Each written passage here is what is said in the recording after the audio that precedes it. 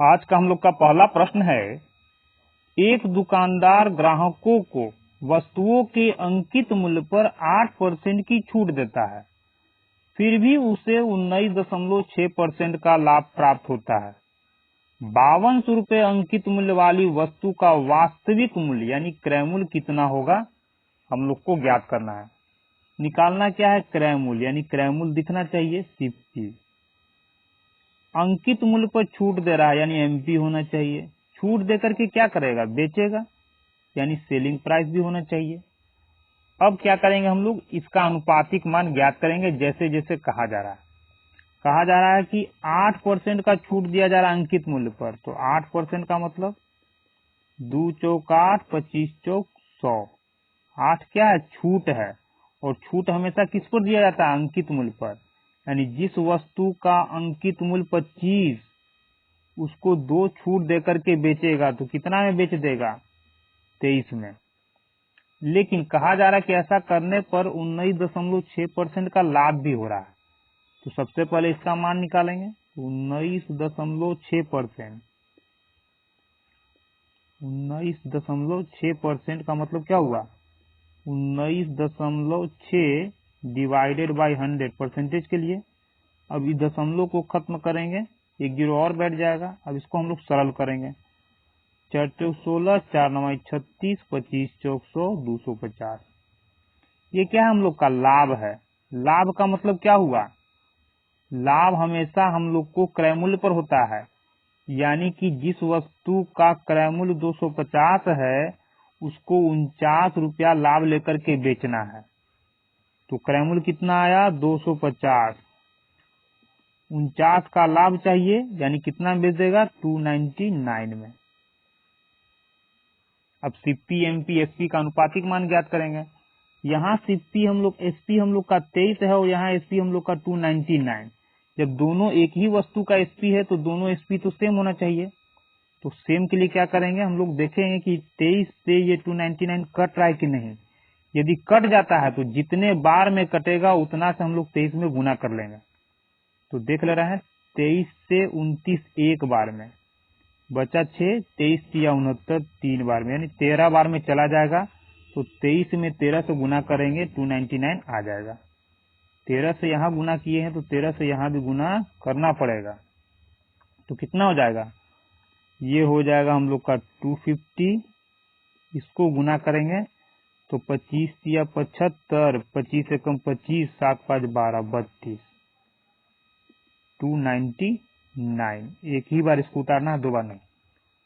अनुपात में हम लोग का क्रय मूल्य ये हो गया, अंकित मूल्य ये हो गया और विक्रय मूल्य ये। लेकिन यहाँ कहा जा रहा है कि अंकित मूल्य 5200 रुपया है, अनुपात में अंकित मूल्य इतना है, तो कह सकते हैं इसी अनुपात का मान ये है। तो 325 अनुपात का मान 5200 रुपया। निकालना क्या हम लोग को, क्रय मूल्य। क्रय मूल्य अनुपात में कितना है, 250 अनुपात, यानी कि 325 का मान दे रहा है और 250 का मान निकालना है। निकालेंगे, इसको काटेंगे। ये कहाँ से आया था, 25 और 13 को गुना करने पर, यानी कि 13 से यदि इसको हम लोग काटेंगे तो 25 बार में चला जाएगा। तो 25 13 से काटे, 13 से इसको काटेंगे 4 बार में, ये 0। 25 अनुपात का मान 400 रुपया निकालना है 250 का, यानी एक और 0 यहाँ लगा दें तो 250 हो जाएगा। लेकिन इस साइड में 0 लगाया है तो इस साइड में भी 0 लगाना पड़ेगा। तो 250 अनुपात का मान कितना हो गया, ऑप्शन नंबर 2, 4000 रुपया। हम लोग का अगला प्रश्न है, एक दूध वाला दूध को लागत मूल्य पर ही बेचने का दावा करता है, यानी कह रहा है कि जितना में हम दूध खरीद रहे हैं उतना ही में दूध आपको बेच दे रहे हैं, किंतु वह उसमें जल मिश्रित करता है, यानी पानी मिला देता है, और इस प्रकार उसको 40% का लाभ प्राप्त होता है। मिश्रण में जल का प्रतिशत कितना है ज्ञात करना है, यानी कितना प्रतिशत जल है। तो सबसे पहले क्या करेंगे हम लोग, कितना मिला रहा है पानी उससे कोई मतलब नहीं है, लाभ कितना हो रहा है ये देखेंगे। तो लाभ कैसे होता है, सीपी एसपी, कितना में खरीदा कितना में बेचा, किसमें, रुपया में। 40% का लाभ का मतलब क्या हुआ? 20 दूना 40, 20 पचे 100, यानी 5 का सामान 2 लाभ लेकर के बेच देगा। खरीदा 5 में, 2 लाभ लेकर के बेच दिया, यानी 7 में। हम लोग को तो निकालना है मात्रा, क्योंकि जल का मात्रा कितना प्रतिशत था, यानी भार से मतलब है, तो भार का मान निकालेंगे, वजन। अब भार कैसे निकलेगा? तो यहाँ कहा जा रहा है कि लागत मूल्य पर ही बेच दिया, यानी कि कोई वस्तु जितना में खरीदा जा रहा है उतना ही में बेच दिया जा रहा है। तो जब विक्रय मूल्य और क्रय मूल्य सेम हो और भार निकालना हो तो क्या करते हैं?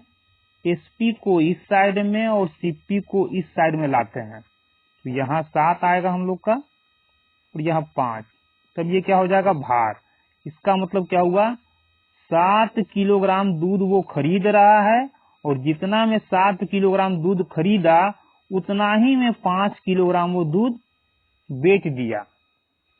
इसका मतलब कि बेच तो रहा है 5 किलोग्राम, लेकिन वो दिखा कितना रहा था कि जितना दूध हम लाए थे उतना ही दूध आपको दे रहे हैं। तो कितना दूध के जगह पानी फेंक दिया? 2 किलोग्राम दूध वो रख ले रहा है। 7 किलोग्राम दूध लाता है, 5 किलोग्राम आपको दे रहा है, यानी कितना किलोग्राम दूध रख लिया? जितना किलोग्राम दूध रख लिया, यानी कि इसी दूध के जगह पर आपको पानी दे रहा है। कितना में? 7 में। 7 में 2 किलोग्राम पानी, यानी कितना प्रतिशत पानी? तो प्रतिशत के लिए क्या करेंगे हम लोग? 2 × 1/7। 1/7 का मान होता है 14.285%। 5 नहीं भी लिखेंगे तो चलेगा, तो हो जाएगा 28 दूना 56, 14 दूना 28%, या इसी को लिख सकते हैं हम लोग 28.6%। ऑप्शन नंबर 4 हम लोग का आंसर होगा। हम लोग का अगला प्रश्न है, एक व्यापारी अपने विज्ञापित मूल्य पर 24% की छूट देता है। विज्ञापित मूल्य का मतलब जितना उस पर मूल्य अंकित है, यानी उसको कह सकते हैं हम लोग अंकित मूल्य, यानी एमपी। फिर भी 20% का उसको लाभ होता है। वह विज्ञापित मूल्य ज्ञात कीजिए जिस पर उसे 76 रुपए का लाभ प्राप्त होता है। लाभ कितना प्राप्त हो रहा है? 76 रुपए का। निकालेंगे हम लोग। लाभ मिल रहा है, यानी कि लाभ हमेशा क्रय मूल्य पर होता है। छूट दिया जा रहा है, छूट हमेशा अंकित मूल्य पर होता है। वो बेच रहा है तो सेलिंग प्राइस तो होना ही चाहिए। अब सेट करेंगे। 24% का छूट का मतलब 24%, तो 6 4 का 24, 25 चौक 100। क्या है ये? छूट। तो छूट हमेशा किस पर होता है? अंकित मूल्य पर। यानी जिस वस्तु का अंकित मूल्य 25 है उस पर 6 का छूट देकर के बेचना है। तो 25 का सामान 6 छूट देकर बेचेगा तो कितना बेच देगा? 19 में। कहा जा रहा है कि 20% का लाभ भी हो रहा है, तो 20% का मतलब कितना हो जाएगा? 1/5। और लाभ हो रहा है 20, क्या? लाभ। लाभ हमेशा किस पर होता है? क्रय मूल्य पर। यानी जिस वस्तु का क्रय मूल्य 5 है उस पर 1 का लाभ हो रहा है, तो 1 लाभ लेकर के बेचेगा। जिस वस्तु का क्रय मूल्य 5, उसका विक्रय मूल्य कितना हो जाएगा? 1 लाभ लेकर बेचेगा, यानी 6 में बेच देगा। अब सबका अनुपातिक मान ज्ञात करेंगे। यहाँ एसपी 19 है, यहाँ एसपी 6 है। जब दोनों एक ही वस्तु का विक्रय मूल्य है तो दोनों का मान तो सेम होना चाहिए। तो क्या करेंगे? इस 6 से इसको गुना कर देंगे और इस 19 से इसको गुना कर देंगे। यहाँ तो दोनों सेम हो जाएगा, 19 छक 114, 19 छक 114। लेकिन 6 से यहाँ किए गुना तो यहाँ भी गुना करना पड़ेगा। 19 से इसमें हुआ है तो 19 से इसमें भी गुना करना पड़ेगा। कितना हो जाएगा? 19 पचे 95, 25 छक्का 150 और ये हो जाएगा 114। अनुपात में क्या कहा जा रहा है? 76 रुपए का लाभ। लाभ हमेशा किस पर होता है? क्रय मूल्य पर। यानी 95 का सामान 114 में बेचा तो कितने का लाभ हो गया? 19 का। लेकिन किस रूप में? ये किस रूप का हम लोग का विक्रय क्रय मूल्य है? अनुपातिक क्रय मूल्य। तो अनुपातिक लाभ कितना हुआ? 19। लेकिन एक्यूरेट लाभ कितना है? 76। तो कह सकते हैं कि इसी 19 का मान 76 रुपया है। ये अनुपात में ये एक्यूरेट लाभ। हम लोग को निकालना क्या है? विज्ञापित मूल्य यानी अंकित मूल्य। अंकित मूल्य अनुपात में कितना है 150, यानी इसी 150 का मान निकालना है। तो उसके लिए 1 का मान निकालेंगे, 19 एकम 19, 19 चौक 76। निकालना किसका 150 का मान, तो इसको 150 करने के लिए 150 से गुना कर देंगे। जब यहाँ गुना किए हैं तो यहाँ भी गुना करना पड़ेगा, तो ये हो जाएगा 150 और 150 का मान हो जाएगा 15 चौके 60, 600। यानी कि अंकित मूल्य 150 का मान कितना हो गया 600 रुपया। Option number A. हम लोग का अगला प्रश्न है, एक रियल एस्टेट एजेंट 2 साइट को इतना रुपए प्रति साइट की दर पर बेचता है। एक साइट पर 35% का लाभ होता है और दूसरे साइट पर 35% का हानि होता है। उसकी हानि या लाभ प्रतिशत ज्ञात कीजिए। इसका मतलब क्या हुआ, लाभ और हानि तो दे ही रहा है, तो ये क्या पूछ रहा है, इसके पूछने का मतलब यह है कि पूरे लेन देन में कितने प्रतिशत का लाभ या हानि हुआ, ये ज्ञात कीजिए। यानी पहला और दूसरा साइड, दोनों साइड बेचने पर लाभ या हानि का बात कर रहा है। तो कितने बार लाभ या हानि, 1 2 लिखेंगे, 1 2, 2 बार हम लोग लिखेंगे। फाइनल हम लोग का नीचे आंसर आएगा। सीपी और एसपी 35% का लाभ हो रहा है पहले, तो 35% का मतलब कितना हो जाएगा, 7 पचे 35, 20 पचे 100, यानी 20 का सामान 7 क्या लाभ लेकर के बेचा गया, तो 20 का सामान 27 में बेचा गया। अगले बार क्या हुआ, दूसरे साइड के लिए 35% का हानि, यानी यही चीज। अब क्या हो रहा है, 35% का हानि का मतलब बात तो यही होगा 7/20, लेकिन 20 का सामान 7 कम में बेचा गया, हानि का मतलब। तो 20 का सामान 7 कम में, यानी कितना में बेचा गया, 13 में। क्या करेंगे, अब इन दोनों को गुना कर लेंगे, आ जाएगा हम लोग का 400, और इसको गुना करेंगे तो कितना आ जाएगा, 13 सत्ते 91 के 1 9, 13 दूना 26 और 9 6 15, 351। 400 का सामान 351 में बिका, तो कितने का हानि हो गया, 9 1 10 शून्य हाथ में 1, 5 1 6, 4 10, 3 1 4, 49 का, यानी 400 पर 49 का हानि। तो प्रतिशत हानि के लिए क्या करेंगे, किस पर, 400 पर, यानी अनुपात में टोटल कितना था,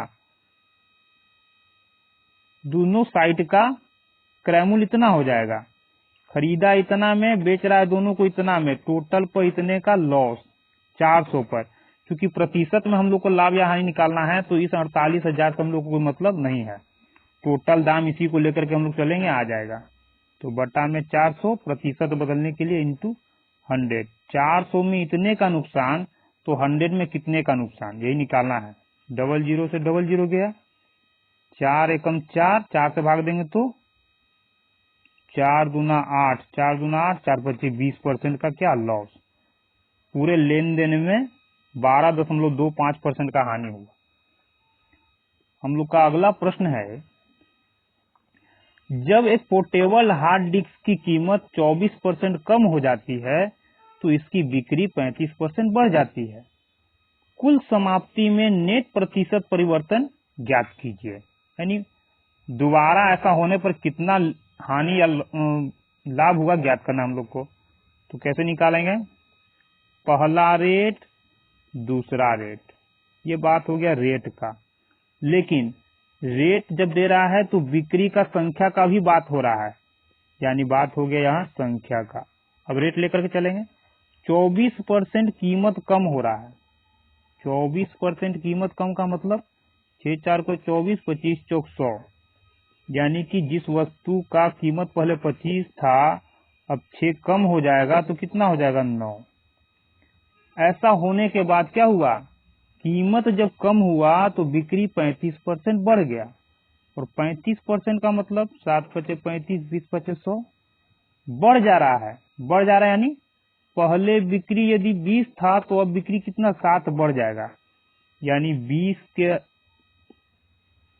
20 के साथ कितना हो जाएगा, 20 न रह करके अब 27 हो जाएगा बिक्री, यानी जो वस्तु पहले 20 संख्या में बिक रहा था अब 27 में बिकेगा। पूरे लेन देन में हानि हुआ कि लाभ हुआ निकालना है। 25 दूना 50, 500 हो गया। अब इसको हम लोग गुना कर लेंगे तो कितना हो जाएगा, 9 7 63 के 3, 7 और 9 दूना 18, 8 7 15, 25 और 25 6, 6 5 11, 21 के 1, 3 2 3 5,